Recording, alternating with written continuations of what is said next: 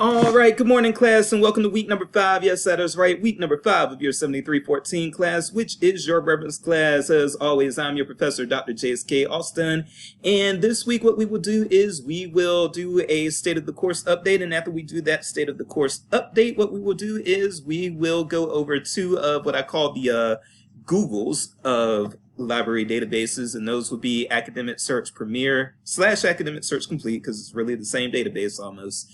And we will also be talking about JSTOR. So if you're not familiar with these guys, you may want to take a look because you are going to be using these two databases a lot in your professional experience, as many, if not most, reference librarians do. So with that said, let's go ahead and kick into this state of the course update, and I will be right back, folks. Okay, first things first, let's actually start off with the most important announcement that I have for the State of the Course update, and that is a question that I've been getting, or I've gotten about 3 times in my inbox, and I'm sure if I don't address it now, I will probably get more questions like this in my inbox, so let me go ahead and address it now. So, the virtual reference practice paper that is due on September the 25th, which is this coming Sunday. September is rolling right along. So with this, the reason why this is a virtual reference practice paper is because that's what it's supposed to be, a practice attempt at virtual reference. So given that, I've had, I think, 3 emails at this point from people asking me for guidance as far as what questions they should ask and that sort of thing. And I am going to respond to those of you who sent me those emails. I already responded to one group that sent those emails. But for everyone else, if you're wondering that, or if you're planning to ask me that, don't ask me that, and here's why. So let me explain why this is a practice paper, or let me explain what that means when I say this is a virtual reference practice. When you are on the reference desk, you do not get to control what people ask you. People are going to come off the street or come out of their dorms or whatever, depending on what library or what type of library you are working in. But people are going to come into your library and they're going to come onto the reference desk and they are just going to ask you a question. They are not going to think about what you know. They are not going to think about what resources you have. They are not going to be thinking about any of that. They are going to have an information need and they are going to ask you a question. It's as simple as that. And whether or not you know the answer to that question, or whether or not you are prepared to find the answer to that question, you have to work that. So people are asking me for guidance as far as what types of questions to ask. And the answer to that is I'm not giving y'all guidance for that. And the reason for that is because you're not going to have that luxury when you're on the reference desk. When you are on the reference desk, you have to be prepared for whatever question comes your way. You don't get to say, well, we only answer these types of questions here. We only answer this type of question or that type of question. No, when you are working the reference desk, somebody is going to come at you with an information need. You are not going to know ahead of time what they're going to come to you with. And you are probably also not going to have an opportunity to prepare for the question ahead of time, okay? So that is why I don't give guidance as far as what types of questions to ask, because what you need to do is ask your partner whatever question, because that's what's going to happen in professional experience. So the reason why this is a reflection paper is because one of the things that I want to have captured in this assignment is I want for you all to feel what it feels like when you are caught off guard by a question. When somebody just comes in and they ask you a question and you weren't prepared for it and you're just caught off guard and you have to think on your feet fast to try to figure out how to answer that question. That is why I don't tell you in the prompt what types of questions to ask, because nobody is going to do that in the real world. This is, again, a practice assignment. So if I give y'all guidance as far as what type of question to ask, then I'm doing you a disservice, because that's not preparing you for being on the desk where you're going to get asked anything. And I've been on the desk, and within an hour's time, I've been asked a health question, followed by a business question, followed by a question about the bus schedules. You don't know what's coming your way. So because of that, no, there's no guidance on what types of questions you should ask. You just need to come up with a question and ask it. And your partner is going to have a reaction to being asked this question.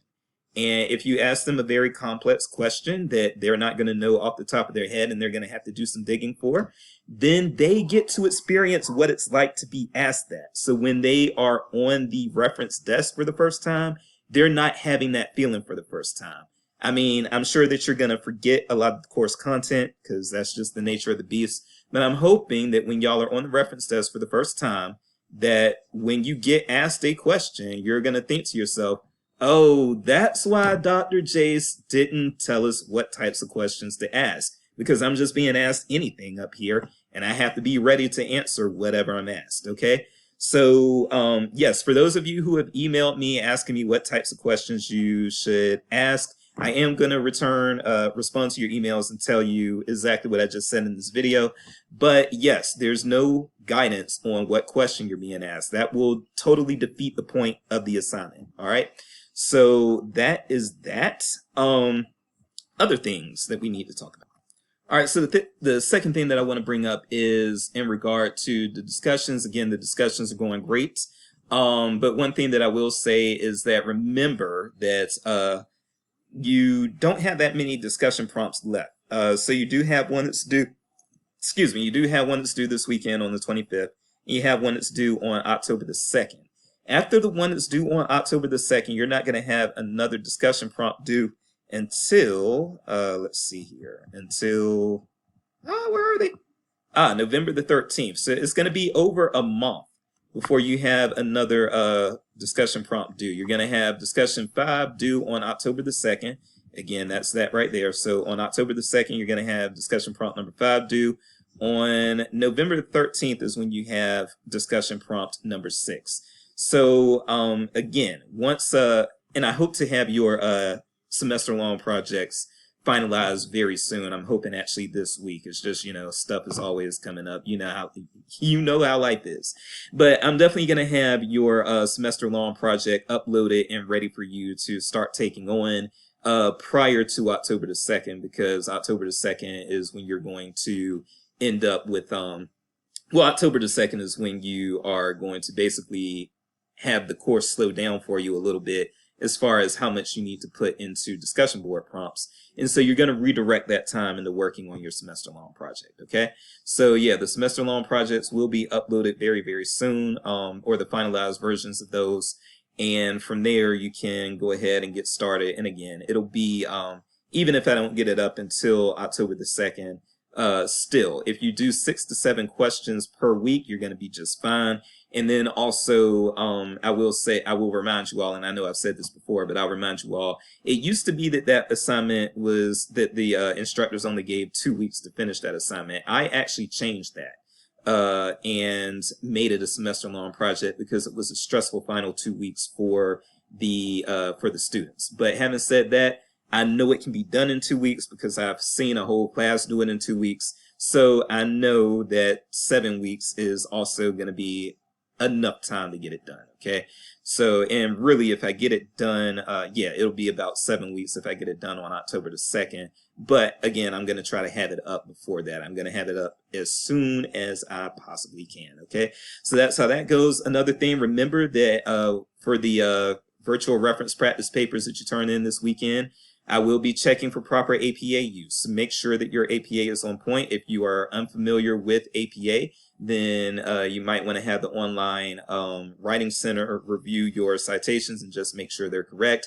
Also, watch that video that I showed if you are unfamiliar with APA capitalization, and if you're unfamiliar with APA initializing of authors in the source list, then you probably want to watch that video because there's some nuances there that are very atypical of regular English prose, and you're going to want to be aware of that, okay? So that is pretty much it for the state of the course updates, and now we're probably going to spend about 15 minutes going over Academic Search Premier / Academic Search Complete and JSTOR. So if you want to take a break, now would be a good time to. I'm going to pause and get ready to do that part of the video. So you can pause here and then resume and start learning about the databases when you come back.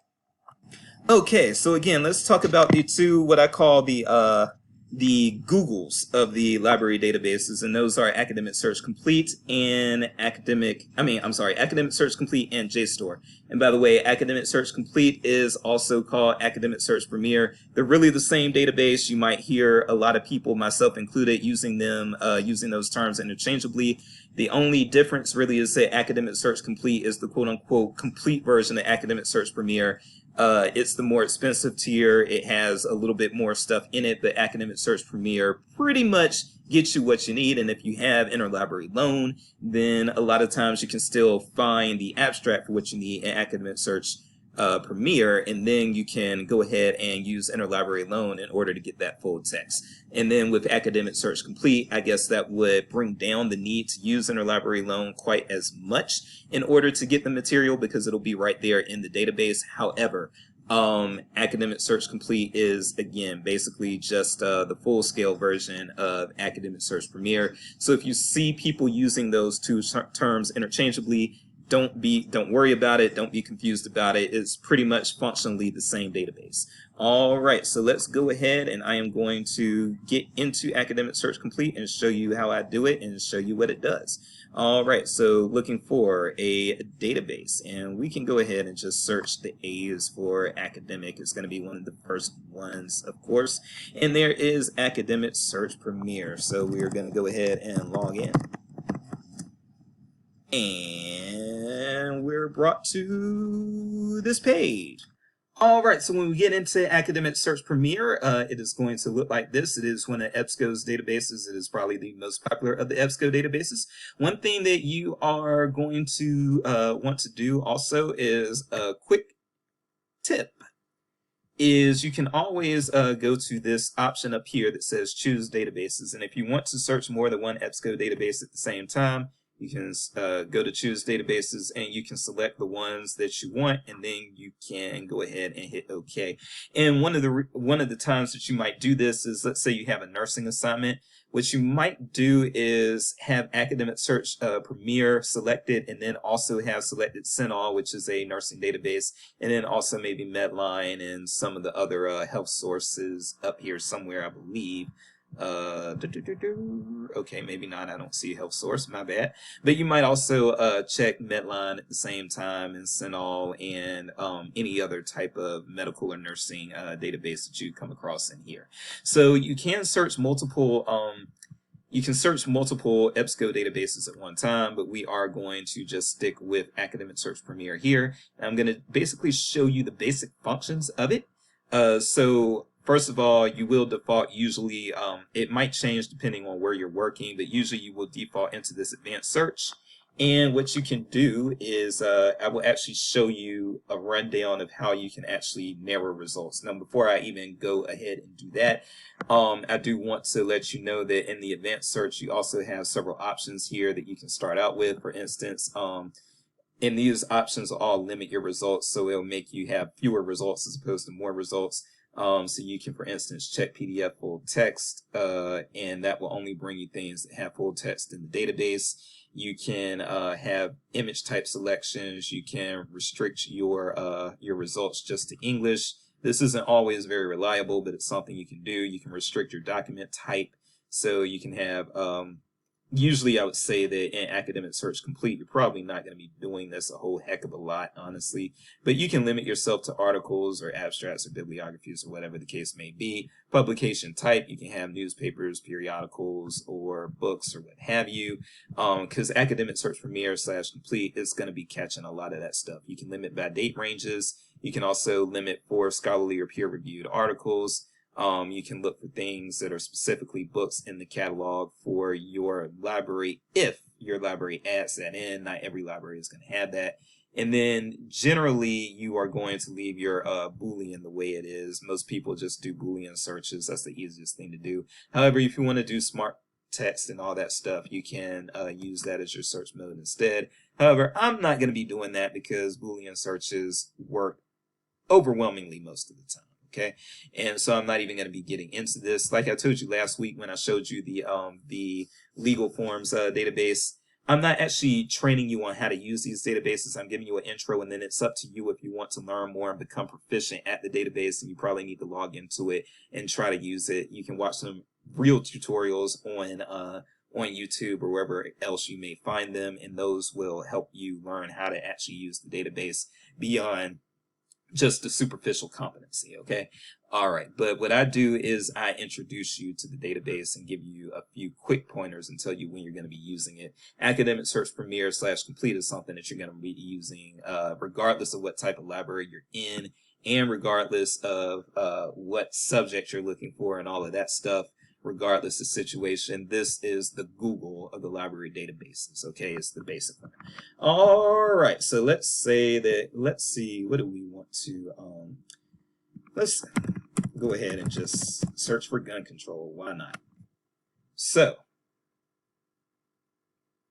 actually, I thought it was going to give me even more results than this. It only gave 11,000 results, which really isn't all that much. I don't know why it didn't give me more than that. But what you're going to want to do when you actually start a search in Academic Search Complete is you probably want to start basic, and then if you get too many results, then you're going to want to add more criteria to slim down the numbers of results that you get. And then if you get too few results, then you're going to probably want to broaden your search, broaden the terms that you want to use or that you are using, and that will increase the number of returns that you're getting. All right, but in this case, we have gun control, and it only brought back 11,000 things, which, again, I'm kind of surprised that it had so few. Now, one of the first things you can do to start narrowing your results is to put something in quotations. So let's say instead of gun control outside of quotations, you have gun control with quotation marks, and then you hit search.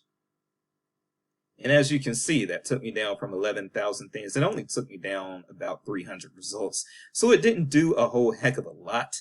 However, let's say that from here, we wanted to narrow this down. And let's say that we were getting a lot of things that, because this is a keyword search. So this is a basic keyword search. And if gun control appears anywhere, either in the document itself, the full text itself, the abstract, the record, whatever, if gun control appears, it's going to show up here. So let's say I'm like, it's giving me too many returns that are just mentioning gun control, but it's not actually about gun control. You want something that's about gun control. There are probably two things you can do, to narrow results in this case. And those two things that I would suggest that you do immediately are, and I'm actually going to use the Boolean search here. So we can have gun control twice. And then you can make gun control a subject term, or you can have it be a title term. So if you do this, then what it's going to do is it's going to go back and it's going to just bring you returns that either mention gun control as a subject term, meaning that the article is actually about gun control and it's so much about gun control that a cataloger actually looked over and said, yes, this needs to be cataloged with the subject matter for gun control, and people who are searching on gun control will be able to retrieve it. So that's how a subject term works. And then for title, if it's got gun control in the title, it's going to bring that back. And that's very useful too, because generally if you have gun control in the title, or if you have a term in the title, then it's more than likely the case that the document that has that in the title is going to deal with that content significantly. Now, another thing you could look at is abstract. So you can have like gun control if it's mentioned in the abstract, and that means that there's a better chance that it's about gun control than if it's just used as a keyword. But we're going to hold off on that for now, and we're going to click search, try to narrow those results again. And yes, we cut those results in half from 10,000 things to 5,000 things. Now I am going to go ahead and just do gun control as a title now, and we'll see how much further we get reduced. All right, and that took me from 5,000 things to 1,500 things, so we are moving right along. And then from here, there are even more ways to break this down. Like, let's say we still feel we have too many results at 1,500. Let's go ahead and break it down a little further. The things that you have here on the left, these are ways that you can refine your search and try to narrow it down, or you can expand it. I'm not going to get into the expansion part right now. because I'm trying to narrow at this point. But that's something that you can try to look for a tutorial if you really want to learn and master that, or you can go into this database and play with it on your own. Now, let's say that with these limiters, let's first say that, oh goodness, all the way back to 1966, can't use it. Let's say that you have a student that wants something that was within the last 8 years. So I guess we are talking from 2014 until now. What you can do is you can move this guy, or you can just type 2014 in there, and it's going to update. And as you can see, that brought me down from 1,500 things to 581 things. All of these things have gun control in the title, and they were published on or after January the 1st, 2014. All right. Now let's say further. Let's say that you have a student that you're helping, and the student needs specifically scholarly stuff, peer-reviewed stuff, stuff from academic journals. So what you can do from there is go to your source type. That's another big limiter that you use. And let's say that they're like, nah, I can't use newspapers, I can't use magazines, I have to have academic journals. Select that, click update, and that's going to take me down from 581 things to 75 things. Now we're at 75 things, and let's say from here we're like, well, 75 is a manageable 75 is a manageable list, but now I want to narrow it down even further, and I want to make sure that everything that is that is being brought up in the returns is something that I can access right here in the database, because I slacked off and I only have 3 hours to complete this assignment. So what you can do is go to limit to full text, and this should take this down a little further, and then everything that returns should be something that you can access the full text right in the database. So let's see what happens here. All right, and we went from 75 to 35. And so with 35 things, all 35 of these things are things that I can access right away here in the database, and plus they meet all of these other criterion. Gun control is in the title. Full text is right there. It was published on or after January the 1st, 2014, and it's from an academic journal. So let's say I get in there and I see, let's say I see this guy right here. First of all, you get a lot of pertinent information right here off the bat, including how long it is. And a lot of students are going to want to know that. So 26 pages, that's how long it is. And let's say that we're looking at this and we want to know more, and we want to determine whether or not this source is something that we can use for our assignment, if it's something that's going to be useful for us. So what we can do from here is we can actually click this title. And with this title, oh, well, this one is not a good example of what I was looking for, so I apologize. Let's find another one. Sorry about that. Let's try this guy and hope. Yeah, keep my fingers crossed that this has what I want it to have. Yes, it does. So when you go into a record, let's say that you have, this one's not too long, it's just 6 pages long.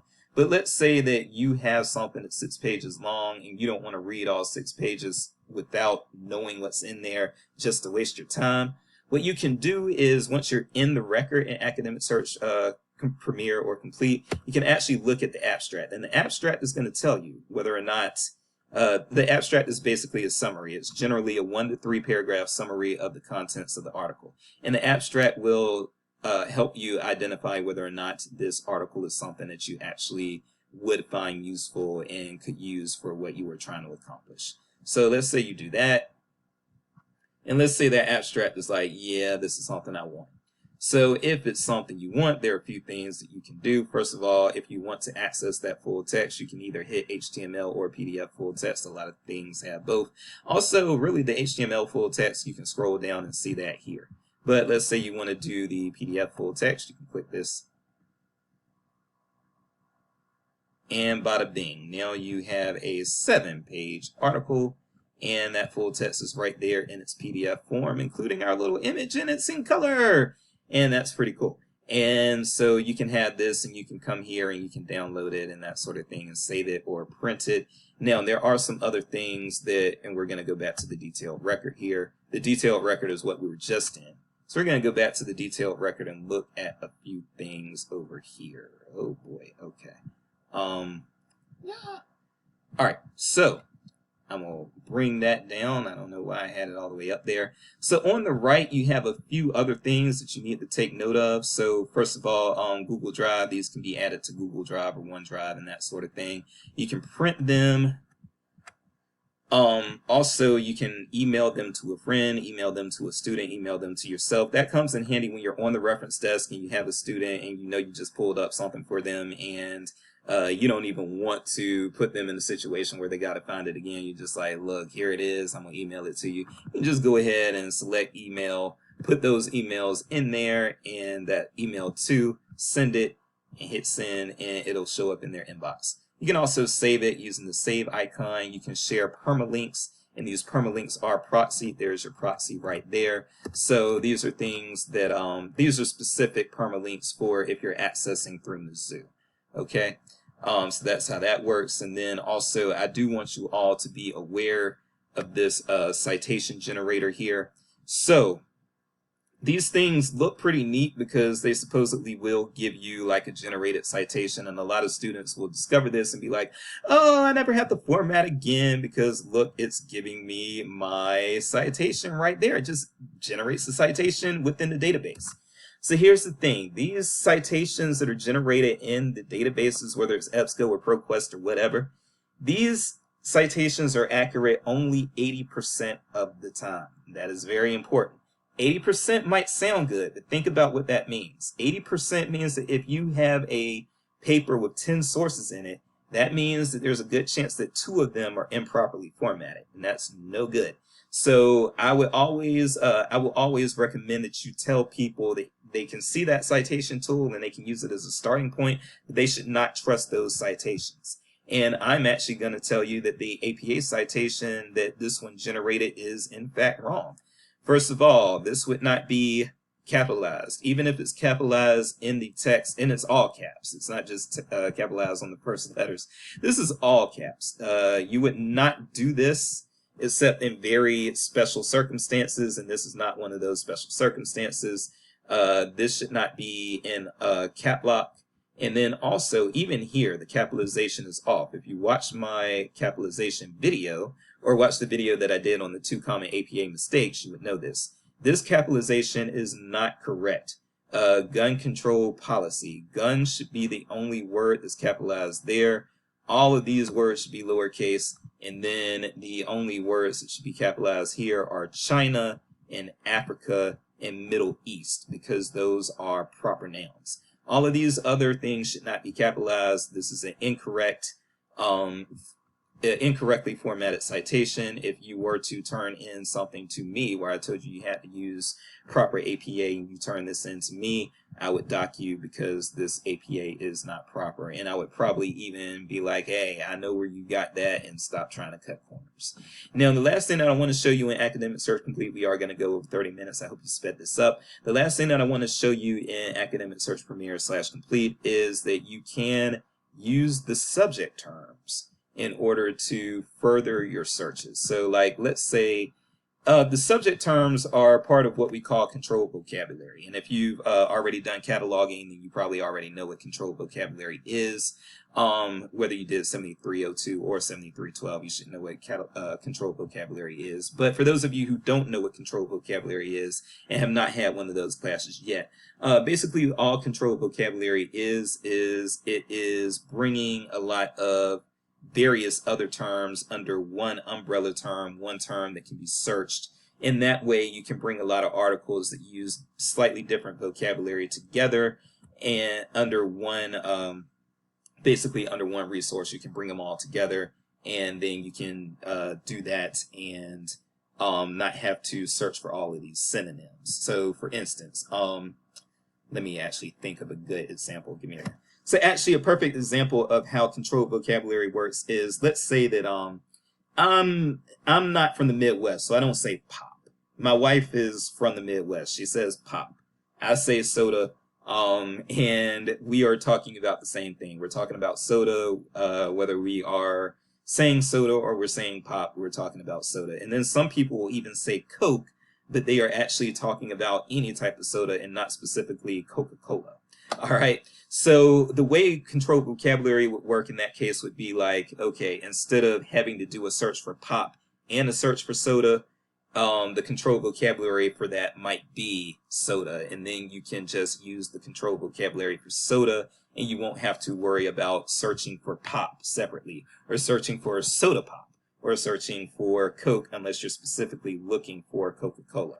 So all of these are controlled vocabularies. So for instance, instead of having to do separate searches for gun control and then a separate search for gun regulation or gun restrictions and that sort of thing, instead of having to do separate searches for all these synonyms, you can look for all of these things under gun control. And the way this is useful is, let's say you didn't know that gun control was a subject term.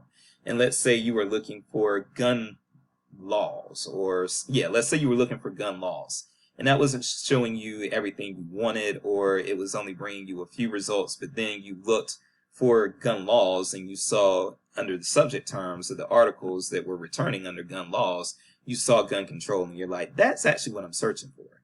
Then what you can do is click this control vocabulary, and it starts you off on a new search, and everything that pops up here will be something where a subject term is gun control. So, and I'll show you that. Scroll down, you see gun control there, you see gun control there. It's bolded, so you should see it there, there, there, and so forth. So it'll be all of those.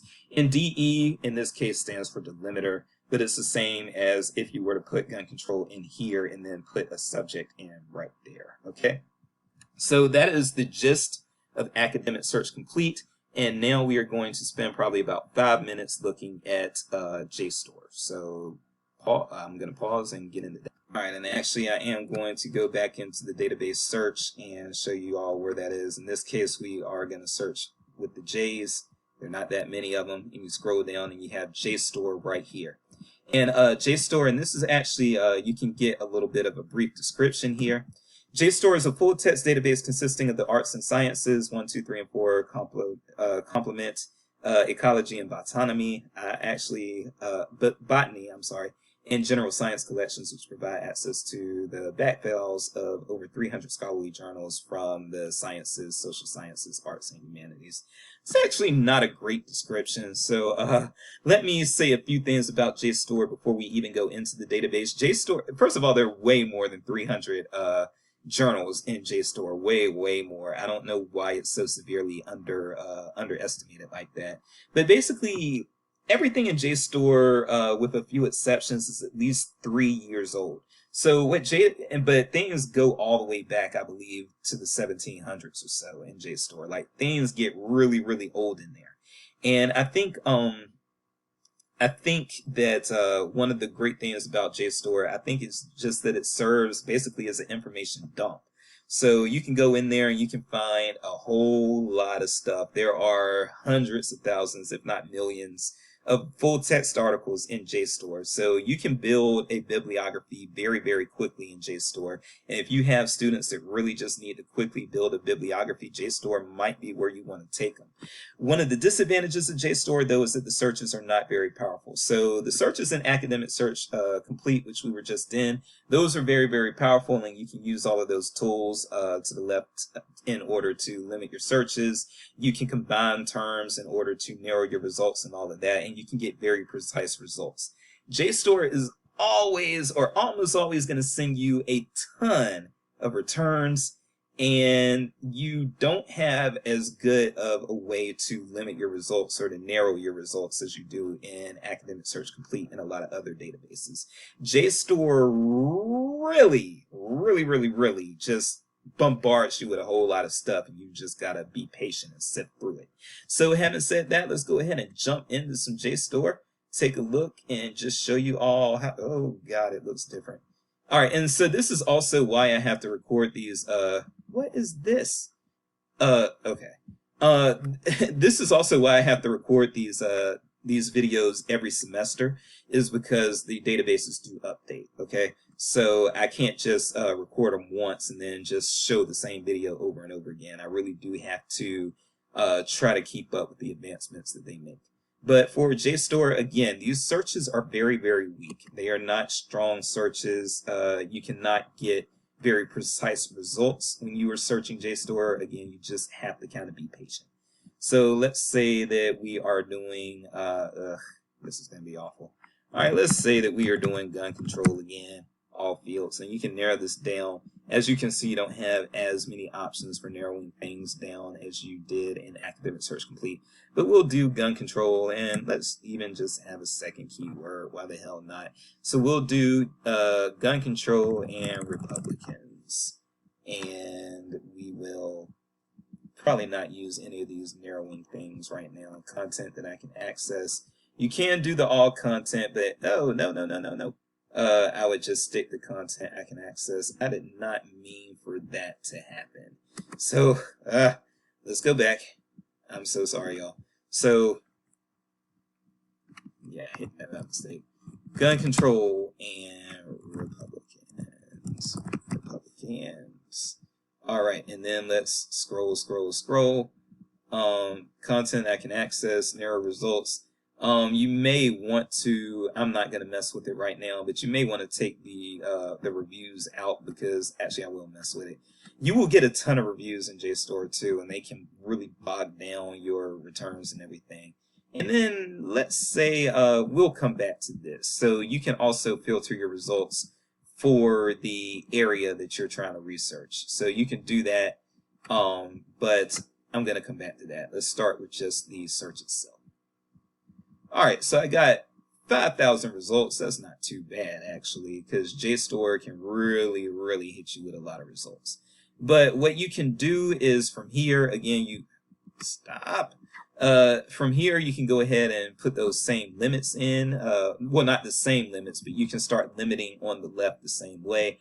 So let's say, first of all, okay, I can only do journal articles. Bada boom. Do that, and you're down from 5,000 to 4,600. And then from there, let's say that I did not want anything. Let's say that I didn't want anything after 1990. So let's say from 1990 AD to 2023. Okay. And that took me down to 3,200 things. And then I can come back over here. So then let's also say that I wanted to find a subject. And let's say that of the subjects, I only wanted to do, I only wanted to look at sources for political science. So I could come in here, and that's going to bring me to whatever that number was, which was 1,028.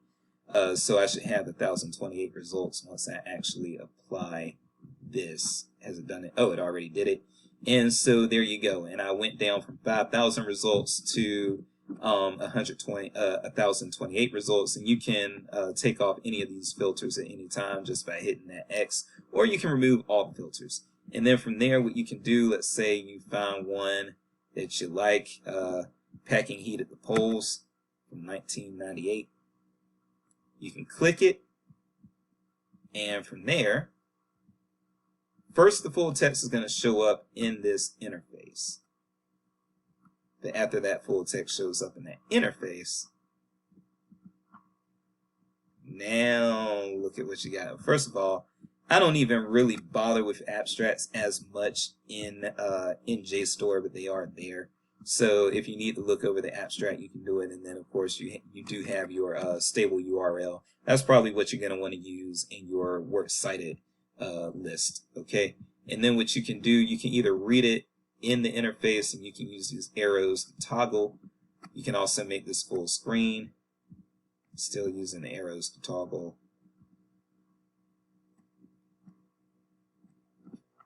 Okay, and then from here, if you decided you really like this, then you could, again, just download it and keep it. You could save it. You can also share it. And again, the citation tool is not 100% accurate. It's about 80% accurate. All right, so and you can play around with JSTOR too. You will find tutorials. If you Google, you will find tutorials on JSTOR and Academic Search Complete. They're out there. A lot of them are on YouTube and that sort of thing. So if you want to actually master these databases, learn a bit more about them, that's what I recommend you do. Anyway, we are at time. We are at 40 minutes, so let's go ahead and take this thing off. I appreciate your attention. I am Dr. Jace, and make sure you behave yourself and don't catch a case. I will see you next next week, and we will have a sorry, last things last. I believe, excuse me, hold on. Actually, yes, sorry, one more last important note. We do have a sync session next week, September the 28th, so there will be no check-in video next week. All right, I will talk to you all later. If there is an issue, there may be an issue with the sync session next week, but I'll keep you all posted on that. All right. Look forward to talking to you next week, whether in the sync session or in a video, if not the sync session, but I will let you all know as soon as I know what's going on with that. Thank you. Have a good one.